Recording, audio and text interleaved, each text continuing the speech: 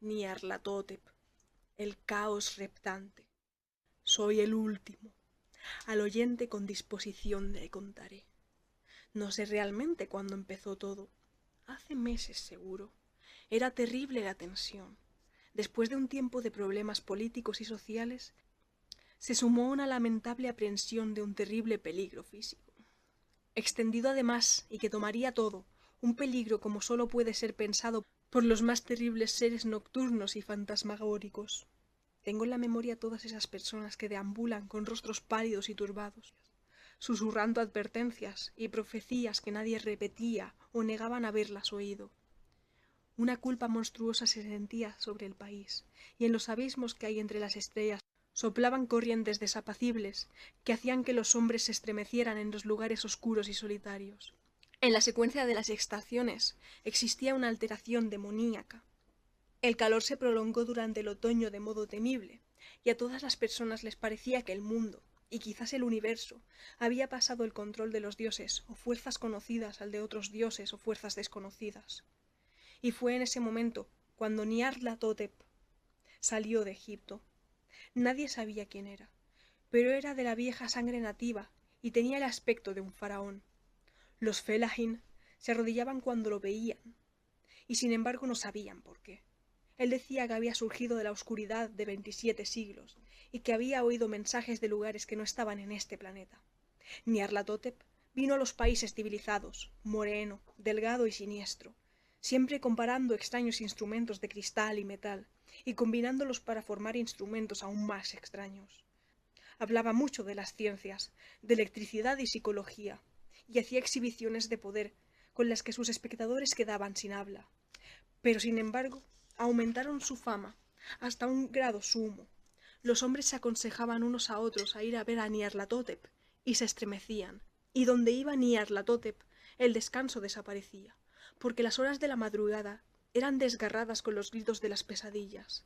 Nunca antes los gritos de las pesadillas habían sido un problema público semejante, y ahora los hombres sabios casi deseaban prohibir el sueño en la madrugada, para que los alaridos de las ciudades inquietaran menos horriblemente a la pálida y lastimera luna, que brillaba con luz tenue y vacilante sobre aguas verdosas que se deslizaban bajo puentes, y viejos campanarios que se derrumbaban contra un cielo enfermizo. Yo recuerdo cuando Nyarlathotep vino a mi ciudad, la grande, la antigua, la terrible ciudad de los crímenes innumerables.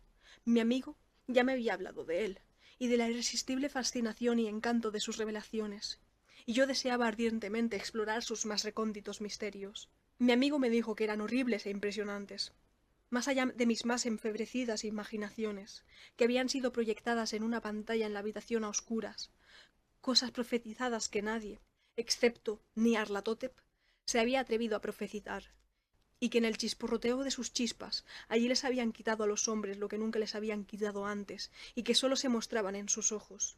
Y oí decir que en el extranjero se insinuaba que los que conocían a Nyarlathotep veían cosas que los otros no veían.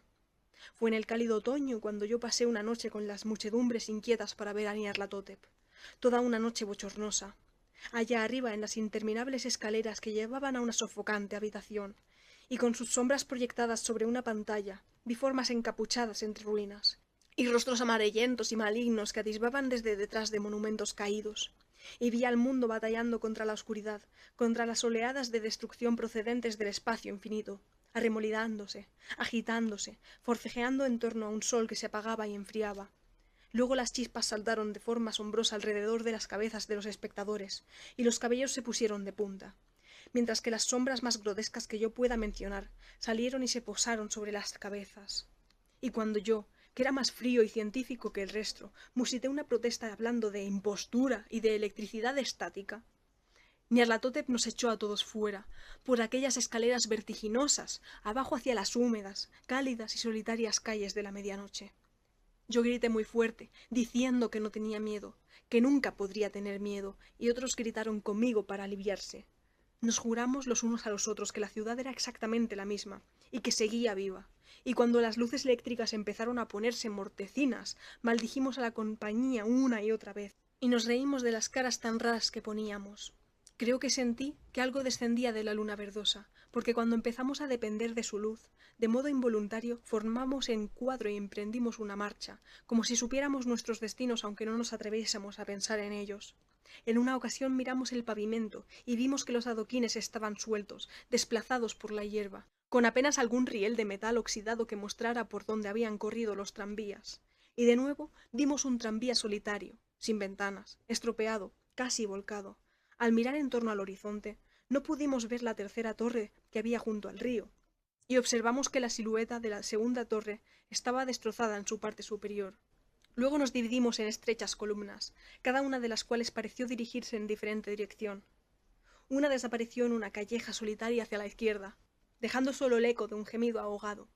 Otra bajó por una entrada del metro casi tapada por los hierbajos, aullando con una risotada de loco. Mi propia columna fue chupada hacia campo abierto, y entonces sentí un escalofrío que no era propio del cálido otoño. Porque cuando llegamos con paso furtivo al oscuro páramo, vimos que nos rodeaba un infernal brillo lunar de nieves malignas, nieves sin sendas, inexplicables, barridas a ambos lados de una sola dirección, donde había un torbellino de lo más negro a pesar de sus muros relucientes.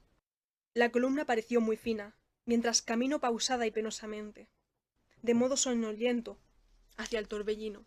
Yo me quedé atrás, porque la negra grieta de la nieve iluminada de verde era horrible, y me pareció oír los ecos de un gemido inquietante conforme mis compañeros desaparecían, pero yo tenía poco poder para quedarme rezagado, y como si me hubieran llamado por señas los que se habían ido antes, medio floté entre los titánicos copos de nieve arrastrados por el viento, estremeciéndome asustado hacia el invisible vórtice de lo inimaginable. Sensible a mis gritos, delirando torpemente, solo los dioses que fueron podrían explicarlo. Una sombra enfermiza y sensitiva retorciéndose en manos que no eran manos, girando ciegamente y dejando atrás medias noches espectrales de creación podrida.